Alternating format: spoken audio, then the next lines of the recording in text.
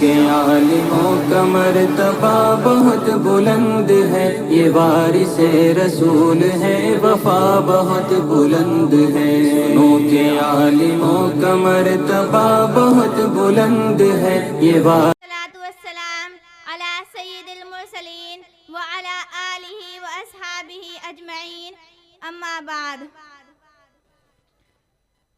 انما یخشی اللہ من عبادہ العلماء، صدق اللہ العظیم۔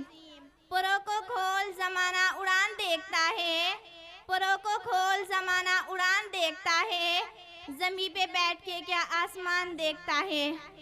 جناب صدر، عزیز مسلمانوں، آج کے اس پرنور جلسے میں میری تقریر کا عنوان ہے علم دین کی اہمیت اور اس کے فوائد۔ اس حقیقت سے انکار نہیں کیا جا سکتا کہ انسان کی پہچان اس کے علم سے ہوتی ہے۔ علم اتنی اہم چیز ہے جو انسان کو دیگر حیوانات سے ممتاز کرتی ہے۔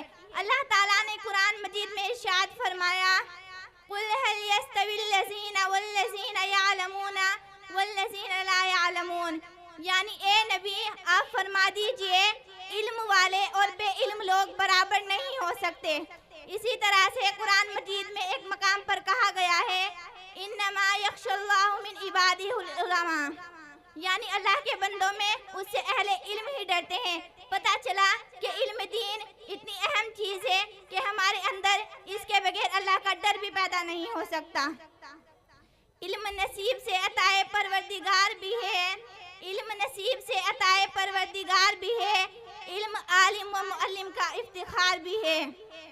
ابن ماجہ کی صحیح حدیث سے سرکار دو عالم صلی اللہ علیہ وسلم نے ارشاد فرمایا، طلب العلم فریضۃ علی کل مسلم، علم دین کا طلب کرنا ہر مسلمان مرد و عورت پر فرض ہے۔ اس حدیث میں اللہ کے رسول نے ہر مسلمان کہا ہے، اس میں مرد و عورت دونوں شامل ہیں۔ مگر یہ انتہائی افسوس کی بات ہے، آج اول تو لڑکیوں کو تعلیم میدان سے دور رکھنے کی کوشش کی جاتی ہے، اور اگر انہیں تعلیم دی بھی جاتی ہے تو دنیاوی، جبکہ دین کا ضروری علم لڑکیوں کے لیے زیادہ ضروری ہے۔ کیونکہ اگر ایک لڑکا تعلیم حاصل کرتا ہے تو اسے صرف اس کی ذات کا فائدہ ہوتا ہے، جبکہ ایک لڑکی کی تعلیم دراصل ایک فیملی، ایک کنبے کی تعلیم ہوتی ہے، کیونکہ یہ لڑکی آگے چل کر اپنی اولاد کی تربیت کرے گی اور اس کی تعلیم و تربیت سے ایک گھرانہ فیض یاب ہوگا۔ اسی لیے آخر میں چند بات کہنا چاہتی ہوں، اللہ تعالی ہم سب کو زیادہ سے زیادہ علم دین سیکھنے کی اور اس پر عمل کرنے کی توفیق عطا فرمائے، آمین۔ علم وہ نہیں جو آپ نے سیکھا ہے، علم وہ نہیں جو آپ نے سیکھا ہے، علم تو وہ ہے جو آپ کے عمل و کردار سے ظاہر ہو۔ وما علینا الا البلاغ المبین۔